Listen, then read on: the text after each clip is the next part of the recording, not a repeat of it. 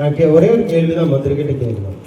இந்த சொட்டு நீர் பாசனம் அந்த ஏரியால கம்யூனிட்டி மைக்ரோ இரிகேஷன் மந்திரியோட ஏரியால மந்திரியோட பஞ்சாயத்துல பண்ணாம ஏன் இந்த 3 பஞ்சாயத்துல மட்டும் சொட்டு நீர் பாசனம் பண்ற? இதே விவசாயிக்கு தான் இந்த பக்கம், அதே விவசாயி தான் இந்த பக்கம். பண்றதா இருந்தா ஒரே மாதிரி 2 இடத்துலயும் பண்ணணும். எல்பிசியில வேற ஆர்பிசியில வேற அது வேர்திரிச்சு பாக்குறது அது மந்திரியோட என்ன சொல்றது, அது பிரிவினை. மந்திரி பிரிவினையில பாக்குற 2 இடத்துல ஆளுகளை அது நம்ம கேள்வி கேட்டே ஆகணும். பண்றதா இருந்தா 2 இடத்துலயும் சொட்டு நீர் பாசனம் பண்ணணும். இல்லைன்னா 2 இடத்துலயும் கனால்ல தண்ணி விவசாயிகளுக்கு நேரா கொண்டு கொடுக்கணும்.